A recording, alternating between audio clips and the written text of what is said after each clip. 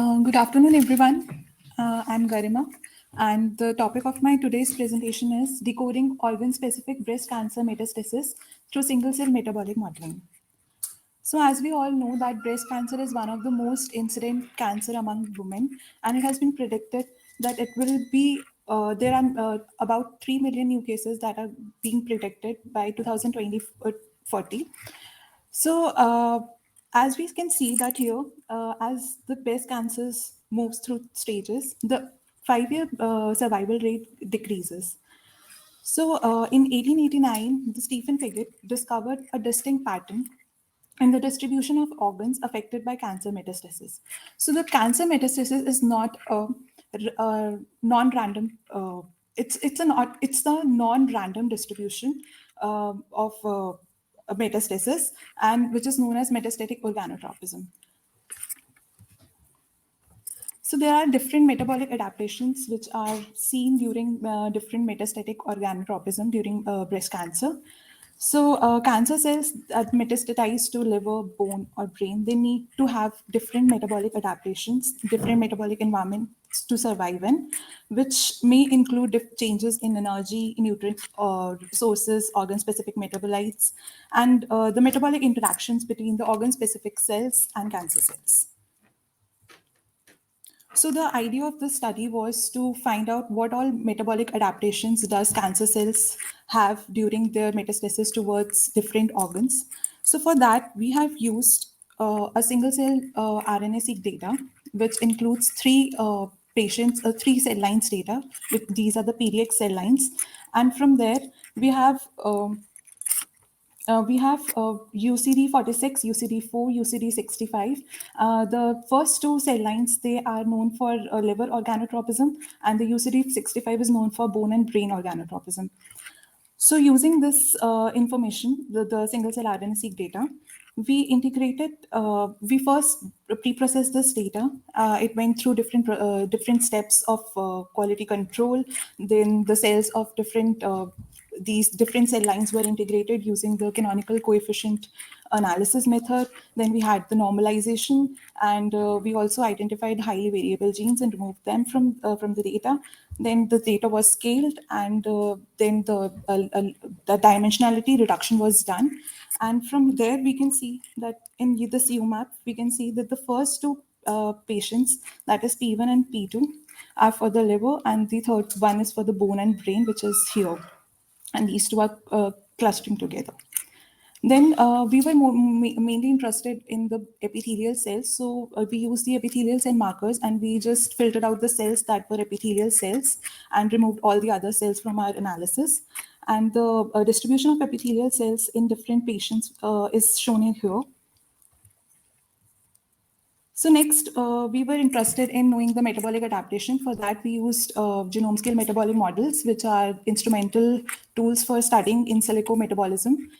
So here we have used human one metabolic model, which has around 13,000 reactions, 8,000 metabolites, 2,800 genes across 9 cellular compartments with 148 biological subsystems. Now, the data was integrated into the metabolic model. So first, we filtered out the metabolic genes from the data, and then since we have so many cells, so it's really difficult to make one model for each cell. So we clustered the cells in each sample, and the maximum clusters that we got was 2 for each cases.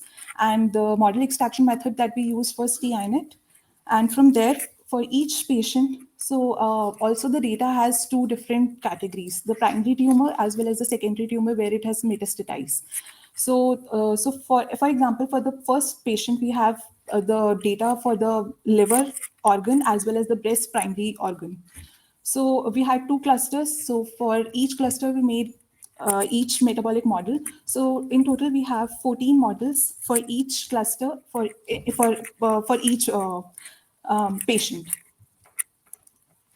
So now this bar graph shows the number of reactions and metabolites that we got in each of the metabolic models. Now then we move towards the flux evaluation. For flux evaluation, we did sampling, flux sampling, and we used GP sampler. And from there, we filter out the optimal flux solution. We showed the highest MIC value with the reaction expression array that we overlaid using the data, using the GPR rules that are provided in the model. So now, since the idea was to address the metabolic adaptations that are happening across the disease progression, so for that we also had we also took one more data from GEO database, and this is the primary tumor data without any information about the metastasis. That means this tumor does not have any, right now it does not have any metastatic potential. However, these primary tumors have metastatic potential, and these are already metastatized to the secondary organs. So the idea is to understand the axis for different organotropism. So for that, after flux evaluation, we move towards the perturbation, the perturbed reactions across this axis.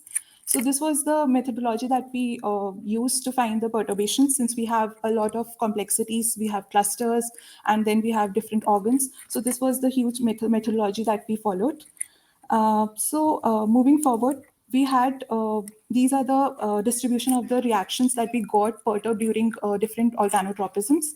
So early metastasis is the differences between the primary tumor without metastasis and primary tumor with metastasis, to know what are the differences which are happening, which are differentiating two primary tumors on the basis of metastasis. However, late metastasis is basically the differences between the primary tumor with metastasis potential and the secondary tumor after metastasis. So these are the numbers that show the perturbations, and we observed that there were around 200 reactions which was perturbed during primary tumor without metastatic and metastatic tumor of liver and brain and bone. So as we can see that there are different reaction types here. So for example, we have up, same, up, down, up, same, up, opposite, down, same, down, opposite, which means that the reactions which were up in both of the cases and in the same direction. However, there were reactions which were opposite in the direction, but they were increasing the flux values in the opposite direction. So even though, as I have already said, that there were common perturbations between the two categories, however, they were changing their status. That means when we were comparing the liver primary tumor with metastasis potential and the non-metastatic primary tumor, the upregulated reactions, for example, here, they are becoming down in the other case. So those reactions were perturbed, but however, they have changed the reaction status. So this was also observed in the late metastasis. So the idea was to reduce the percentage of these reactions which have changed their status, because we cannot target them, but we can reduce the perturbation through reducing the percentage of these such reactions. So now we wanted to see what all, since the perturbation is very high, so we wanted to pinpoint those reactions particularly which are driving this progression. So for that, we performed the RMTA algorithm. We used the RMTA algorithm, and we found the reactions which, when overexpressed or downregulated, they are moving towards the forward direction of the disease progression. So from here, for each of these models, we got few of the reactions when overexpressed or knocked out. And then we checked that how much are they overlapping with the upregulated and downregulated reactions of our from our analysis. So we observed that the reactions which were overexpressed during RMTAs, they were having a good overlap with the upregulated reactions, and those which were knocked out, they were also having a good overlap with the downregulated.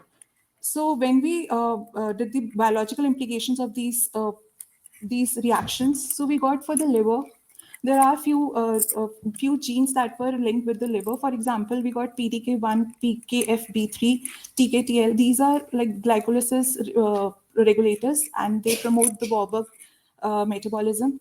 And for another, we also got like CYP4Z1, which was mediating the lipid metabolism and angiogenesis in breast tumors.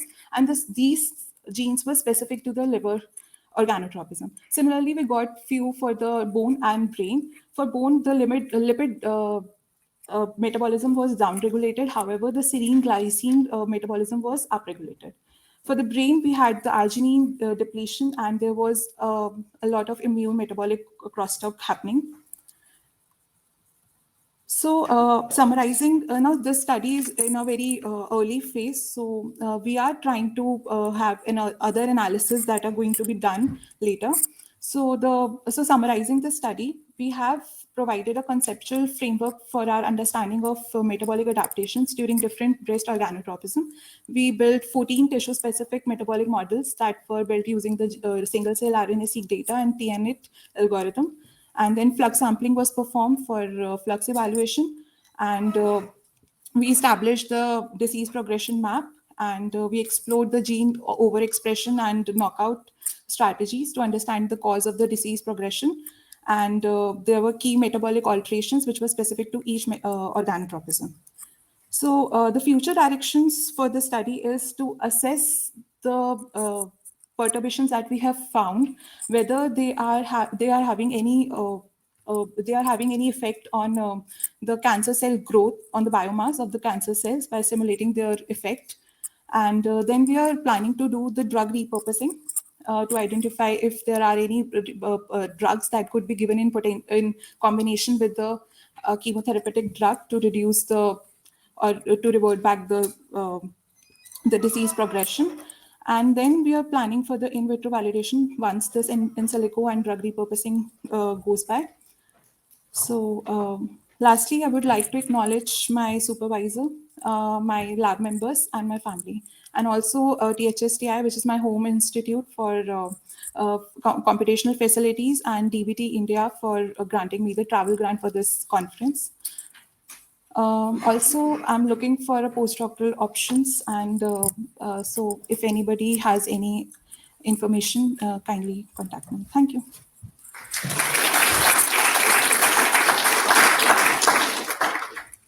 Thank you very much. Any question from the audience?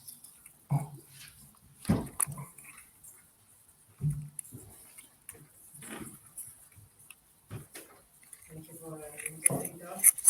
I'm not sure, I didn't get how, I mean, you have these clusters of single cells, you do the pseudobulk, and then you build a metabolic model for each cluster, each patient.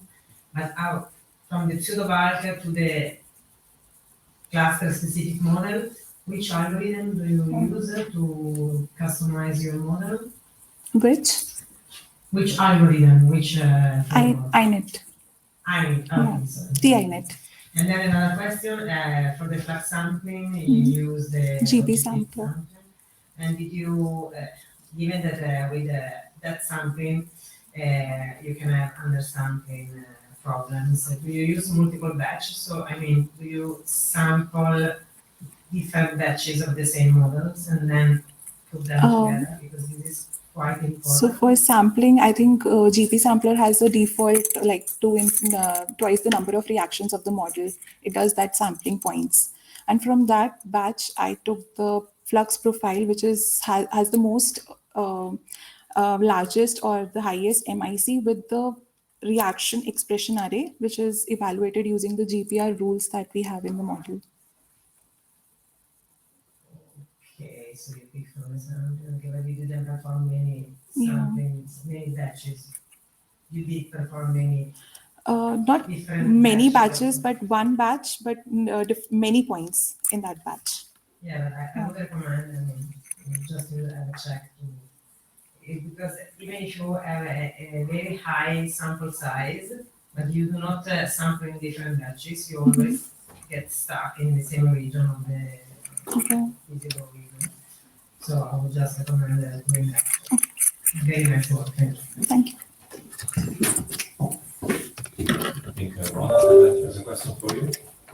Yeah, I have a comment to that last. So Santosh Vempala from Georgia Tech, we've been collaborating for years. And Sorry, could you please Santosh Vempala Georgia Tech. Actually Indian student, really might, but he's been developing sampling algorithms in collaboration with us for years, and so that problem of getting stuck in the feasible set is essentially solved by the CHRR sampler, or the better one is RHMC sampler in Code Toolbox right now. So that's just a bit of advice.